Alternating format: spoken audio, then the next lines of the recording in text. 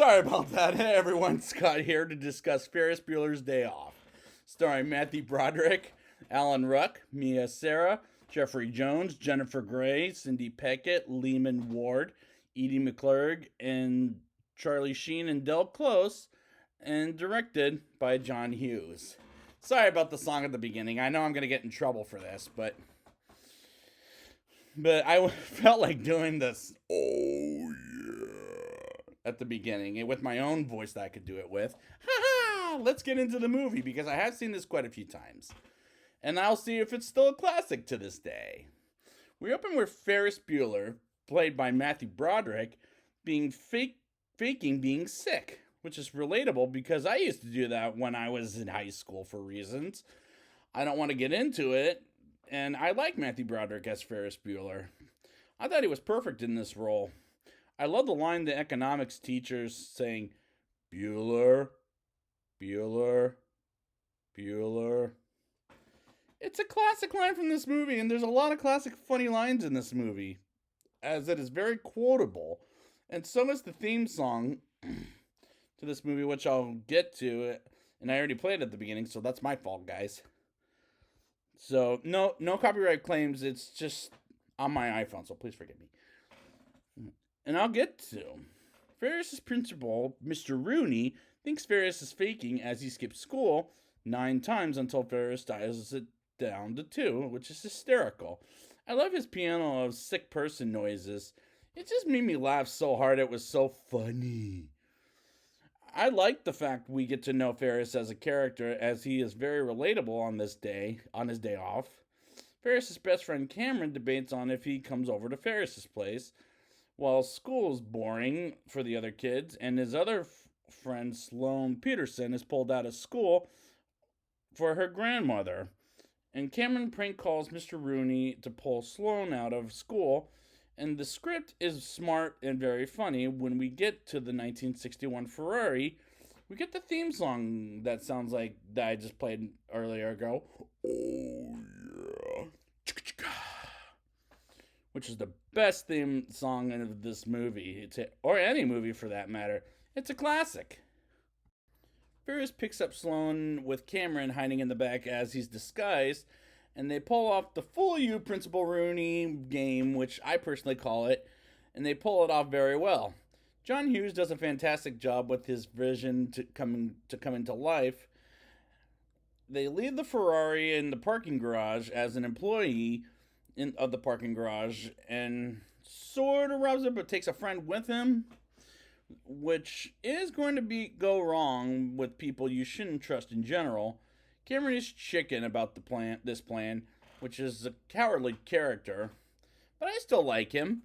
They go to different places and make a scene at a restaurant in order to get in, which is scandalous, but hey, kids can do that, particularly teenagers. But I have fun with these guys, as they're clever as far as pulling that stunt like that as off is concerned. Principal Rooney almost catches Ferris on the TV at a baseball game, but luckily he doesn't see him as he goes to the Bueller house and realizes he's faking it, and he goes to the backyard and steps in mud and gets the shoe ruined by the hose, and I think his pants are ripped by the butt section, which did crack me up. And I also like the Star Wars music kicking in the background. While they go around the city, Principal Rooney gets attacked by the guard dog, while Ferris, Sloane, and Cameron go to an art museum, which looks like a beautiful museum, while the dog is attacking Principal Rooney, which is funny. Ferris gets on a stage to sing a song for Cameron while with Sloane, as he sounds pretty upset with them at this point. But I do love that scene where Ferris is singing on stage. It may be the best scene in the movie, in my opinion anyways, all over Chicago. While Principal Rooney puts the dog to sleep with flowers, Ferris' sister Jeannie witnesses Ferris' faking being sick. She kicks Principal Rooney down into the ground, which did crack me up. Ferris, Sloane, and Cameron get the car safe and sound while not Katie, what's her name?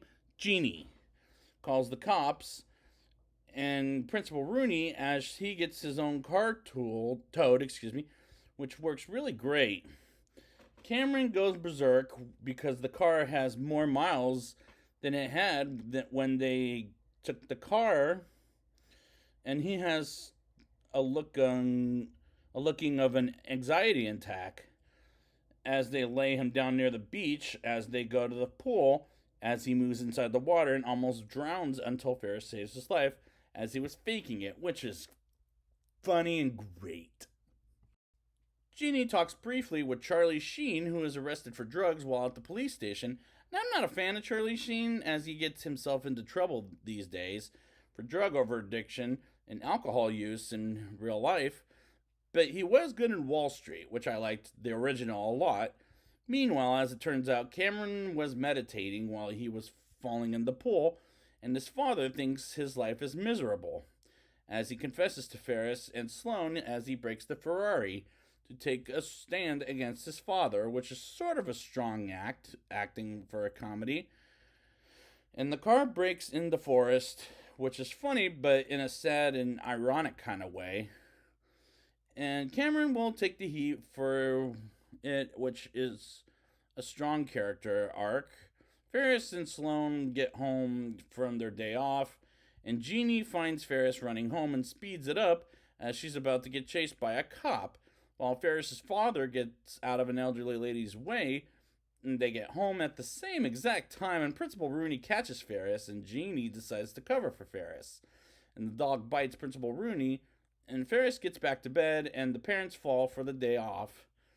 Ferris had the credits roll while Principal Rooney gets a lift by a school bus. And after the credits, Ferris says the movie's over, go home, and tells everyone to go home, and the climax was absolutely a blast.